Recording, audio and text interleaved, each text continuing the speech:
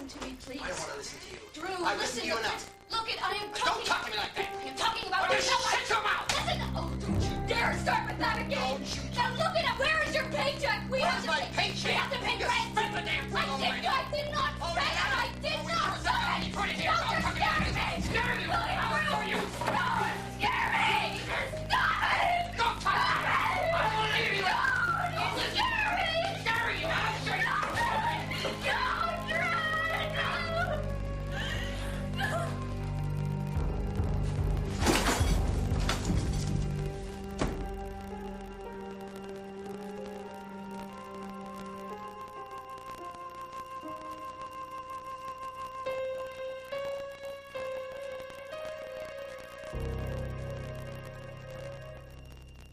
He used to use knives to scare us, and he'd have a knife next to my throat, and he'd tell my son to call me horrible names.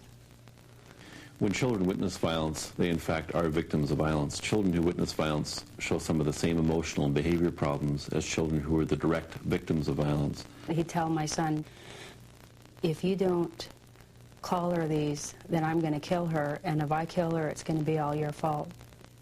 And I'll never ever forget my son looking down and crying and calling me these names so he wouldn't kill me.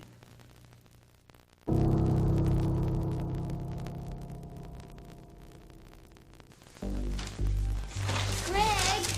Oh, sorry, watch, I'm here. Greg! Oh, quit that!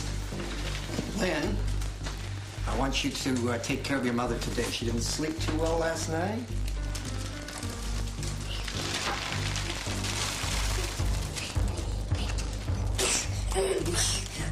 Greg, stop it. Get ready for school. Lynn? Yes? I don't want to go to school. I feel sick. Andrea, come on. You know you've missed too much school already. You'll be okay once you get there. Come on.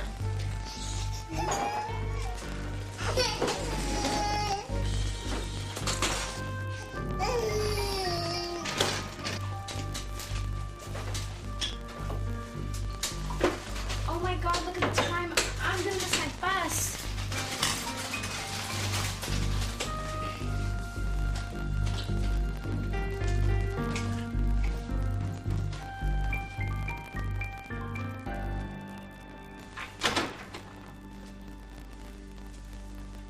Here you are, Mom. Thanks, hon. I gotta go. Hon, I need you to stay home today and look after Josie. I'm not really feeling very well. But, Mom, I got a math test today, and it's really important. Come on, Lynn. With the grades you get, you can afford to miss one test. It's always one test. Oh, and would you call the restaurant, too, and tell Nancy that I won't be in today? I'm off sick. Okay, Mom. You guys go ahead. Mom wants me to stay home and look after Josie. You heard what she said. Come on, let's go. Quite often we talk to children who witness violence. We're talking to children really who've grown up without a childhood. They spend most of their time worrying about adult things in terms of safety, keeping dad's anger at a certain level, and trying to protect mom from dad. Some children are over-responsible. They become the parent of the family. They're responsible not only for the physical needs of their siblings, but also for their emotional needs.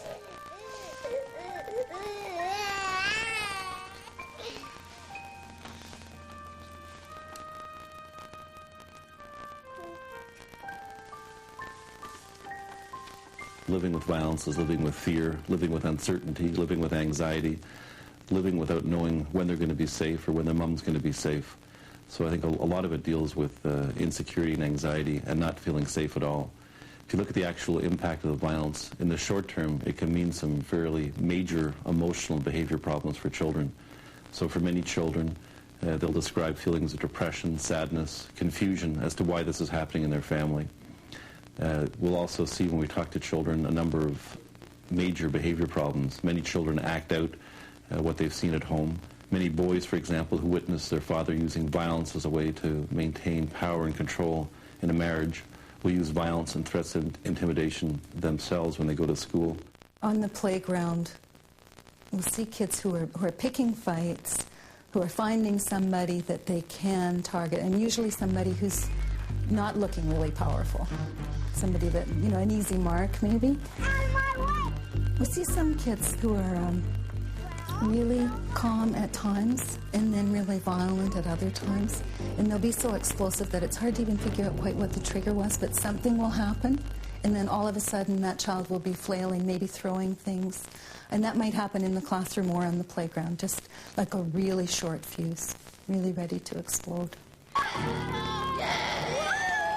Then there's a child who is withdrawn, who fantasizes and sometimes has eating disorders or has trouble sleeping. Teachers often describe kids as like being in a world of their own. It's as if they're not really there, or they're acting as if they're paying attention, but you look and they're really just somewhere else. And I hear that a lot, and that's one of the ways that we recognize that children are really in distress. It's sort of like a red flag for me. If somebody says, oh, this child's in another world, I know that there's some reason that this child is somewhere else. Andrea, how's the drawing coming along? Hey, that's a fine-looking family. Is that your mom and dad? No. Yes. I mean, it's my real family, not the ones I live with now. Your real family, Andrea? Can you tell me about it? Well, they've lost me. They lost me, and they're looking for me now. They're gonna find me very soon. Some children decide the only way to deal with the violence is to check out of their family. And because if they're very young, they can't do it in a real way by running away. They do it by developing a fantasy life where they pretend that their family isn't their real family. The best thing that they can do is talk about what's happening for them, and yet be getting a very strong message from home that they must not talk about what's going on. Andrea, I'd like to talk with you. I have to go now. Bye. Lots of times I see as a counselor, I see children making a picture or showing me a story somehow, and the main characters are screaming help, and they're literally writing help on the page. Help, help, help, help, I need help.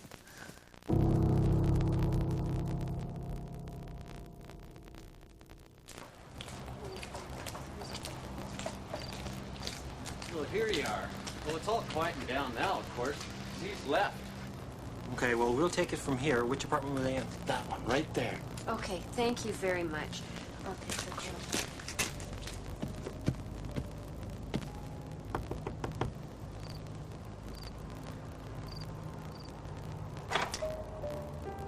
Is your mother in? Can we see her, please? It's okay. We're not going to hurt you. We just need to speak to your mom. Can you speak English? Is your mother there? Roman, go on in. Go on in, bye. Is that your mom? Just tell her we want to see her. We just want to make sure she's okay.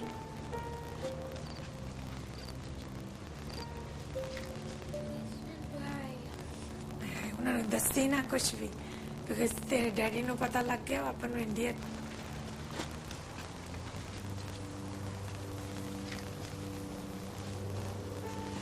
My mother doesn't speak English. She asked you to leave. There is no trouble. Often children who are immigrants are warned against saying anything about what is going on at home. They're very frightened that they may be sent back to a situation that was untenable for them and their family. Their parents may not be sure that they are going to be able to stay in Canada, and maybe don't understand the rules and don't understand the rights that are available to them. They also may find some cultural barriers. They might feel even more pressure that they're being disloyal to their family, being disloyal to their cultural group by reporting the violence elsewhere. So many kids will feel additional pressure to remain silent and suffer in silence as their mom. Quite often they will have moms who will tell them that they have to keep quiet about it, that the repercussions of reporting the violence are more severe than the violence itself.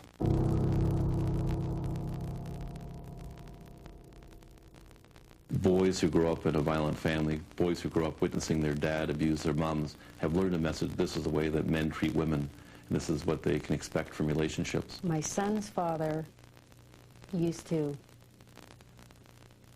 wake my son up in the middle of the night and tell him to come on out because you're going to watch me beat your mother. And that happened quite a bit in the first 2.5 years that we were together. And that was something that was always really hard for me because I felt bad that my son could possibly grow up as an abuser. And I felt bad for my son that he had to even see it. The rate of wife beating is 1,000% greater for sons of batterers than sons of nonviolent fathers. So it's a very powerful learned experience that goes from one generation to the next. It also has an impact on the girls who are witnesses to the violence. What the girls have learned, this is all they can expect from a family life. I didn't know how to get out of it, and I had to live with nobody ever helping me out at that time.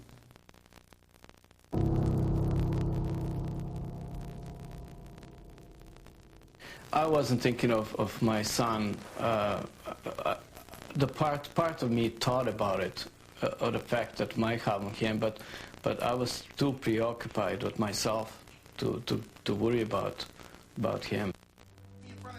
In one particular situation, I was upstairs with my wife arguing about things, and I was surprised that she's fighting back and making a lot of noise in the process. And my son, who was downstairs, and he came upstairs with a vase.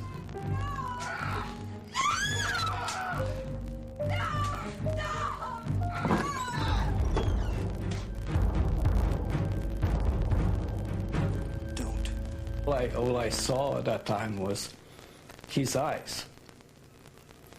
And what I saw in his eyes was that fear. But it was also determination to stop this. And I didn't see him at all. I saw myself in it. I was really proud of him because that's something that I had done in the past. My job was, after my father is finished with my mother, that I would try to help her out.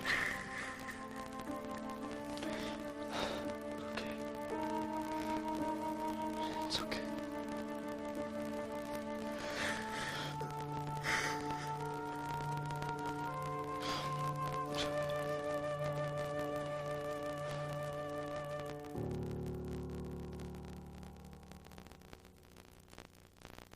We know that on average, for every woman who goes to a shelter, there's 2 school-age children that accompany her.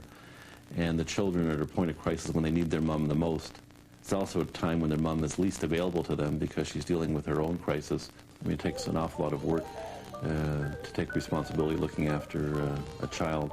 If you're trying to do that at the same time, you're trying to worry about your own safety all the time. If you're worried about your own personal safety and security, you're obviously dealing with some fairly difficult circumstances. I think that what sometimes happens too is that children do start to act aggressively towards their mothers and become more in conflict with their mothers.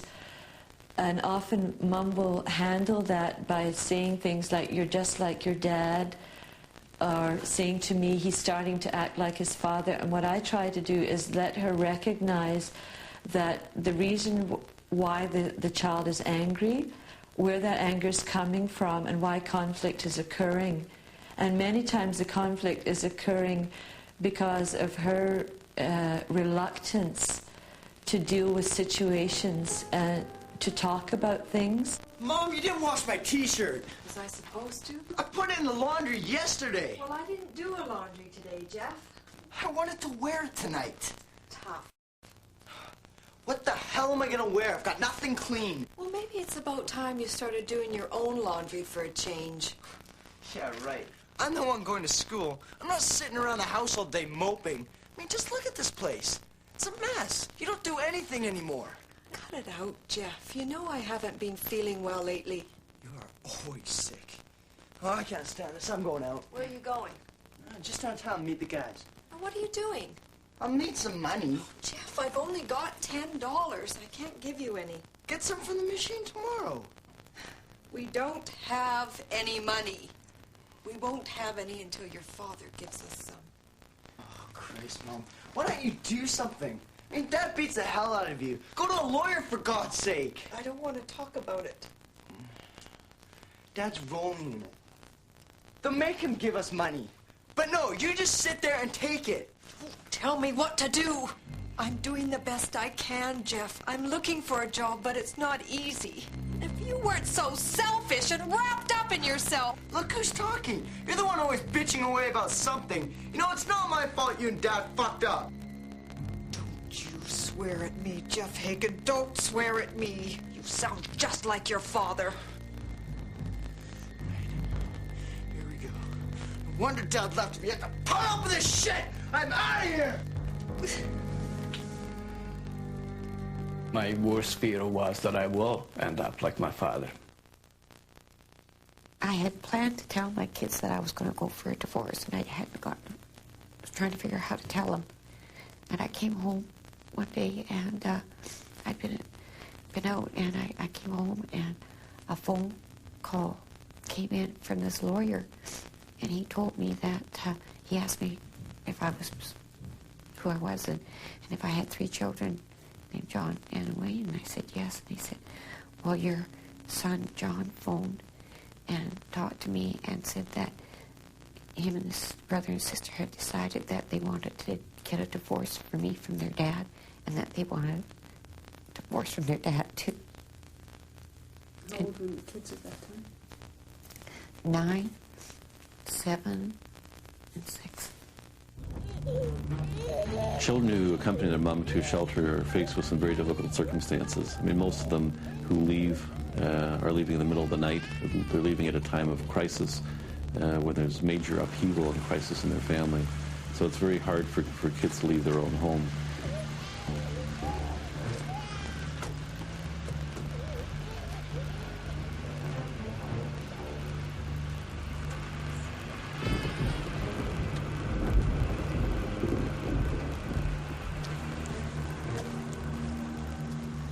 The children's initial feeling when they come to the shelter is relief. Finally, they feel safe. A lot of them do things like ask me questions about, do we have a burglar alarm system? Do the windows lock, or do the doors lock? And, you know, is the gate shut at night, and so on. So their initial feeling is relief.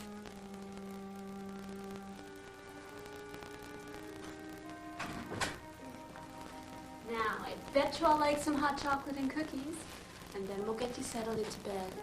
Don't worry, you'll be safe here, and there's lots of other children to play with. Annie will take you into the kitchen, while I'll settle the little one into bed. Right then, I'll take the little one, and you can go get your cocoa. No, it's okay. I'll look after her. It's okay. I'll be gentle.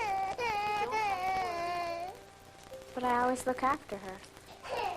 When the responsible child arrives at the shelter, what often happens is that we have rules around children's responsibility, and they get angry about those rules. They feel that they have been treated like an adult and we should continue doing that. So they don't like the curfew, the bedtime curfew. They don't like not being allowed to get their own meals. They don't like not being able to hold the baby, even though they might be only 7 or 8. And they're holding a baby and that's inappropriate. They feel that that shouldn't be taken away from them. So we have to really be careful, sort of draw a fine line between taking away that responsibility and yet giving them some feeling of power. When I left my relationship, my son didn't know how to be a kid, what I feel like gave him his childhood back. Children who witness violence are in desperate need for counseling. They're in desperate need for support. They're in desperate need for reassurance that they can be safe, that there are some alternatives for themselves and for their mother. We offer counseling for children in the house, and what we do there is to validate the child's feelings, let them know that they're not to blame for what's happened, and let them know that their mother is not to blame either. So what we try to do is to hear what the children have to say, to let them know that what they have to say is valuable and is important, and let them know that they are worth something too.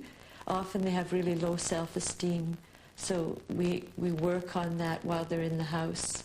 Kids also need to learn that there's other ways to resolve conflict. Kids need to learn, especially boys need to learn, that what they've seen their dad do isn't something that they need to do to their peers or to adults or in subsequent relationships. Girls also need to learn that victimization is an inevitable part of being a woman or being in a relationship. The reality is that a lot of women do go back into the abusive situation, and so what we need to do while the child is in the shelter is to go over a safety plan for them. We make sure that they know that they can dial 911, for instance, if there's an emergency. Often the kids will talk themselves about who they can access, a neighbour, perhaps a relative that they call when there's a crisis. They really are keen to do this and go over the safety plan, so it's a real reassurance for them.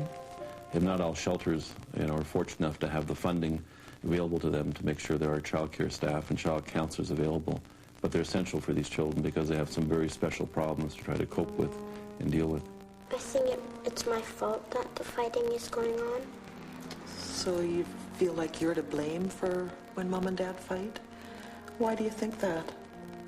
Because I hear my name mentioned in the fight and I'm not good in school.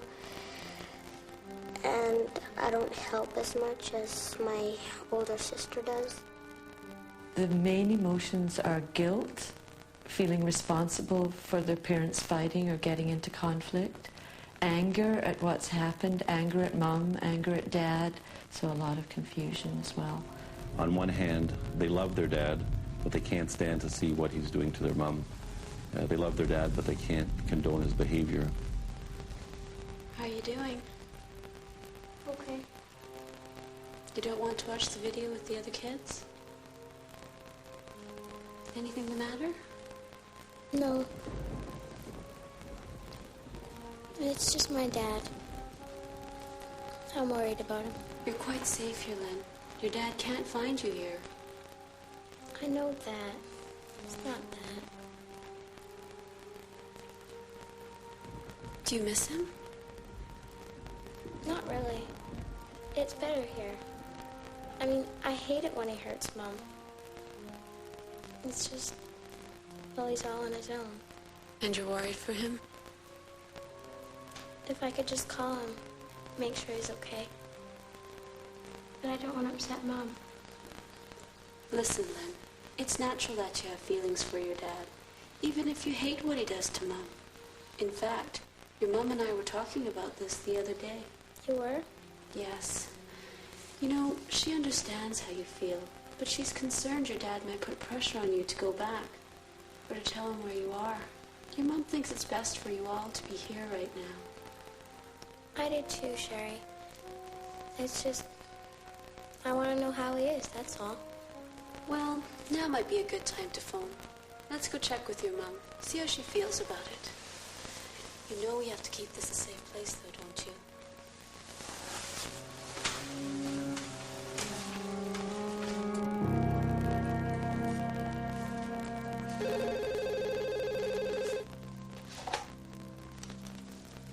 Hello.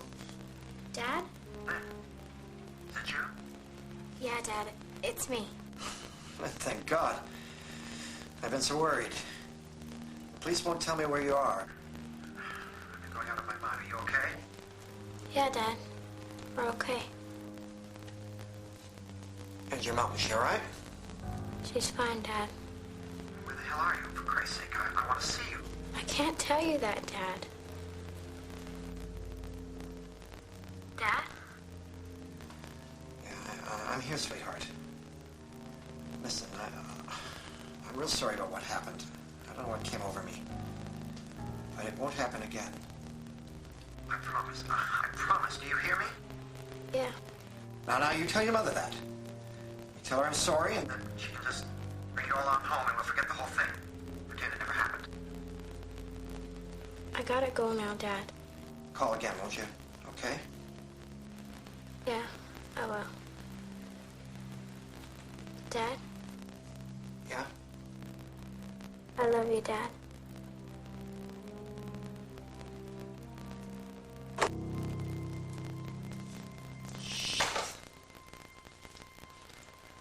you okay?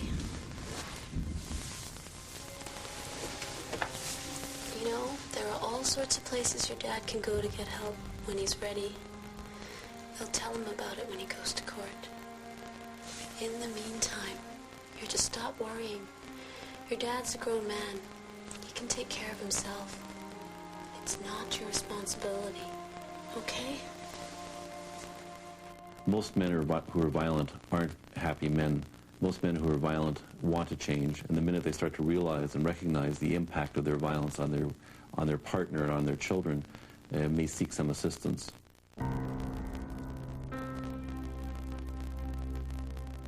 I think it's very important for boys and girls who are witnessing violence not to think that they're doomed to a life of violence. They're not doomed to become a batterer. They're not doomed to become a victim. The reality is, although we know it's a very significant risk factor, we know young people should be aware of this factor. We know that it's not inevitable. We find the kids that end up not repeating the cycle of violence tend to be those that have had alternative role models, those that have had caring grandfathers or uncles or teachers or guidance counselors or big brothers that have made a difference for them in terms of being a source of support and also another kind of role model, teaching them that there's other ways to be a man without being violent.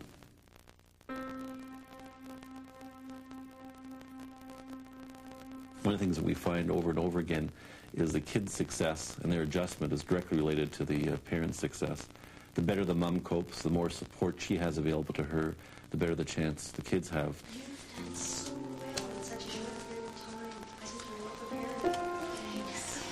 Remember to breathe. Yes, we'll remember to breathe. We'll have a good weekend. Okay, bye.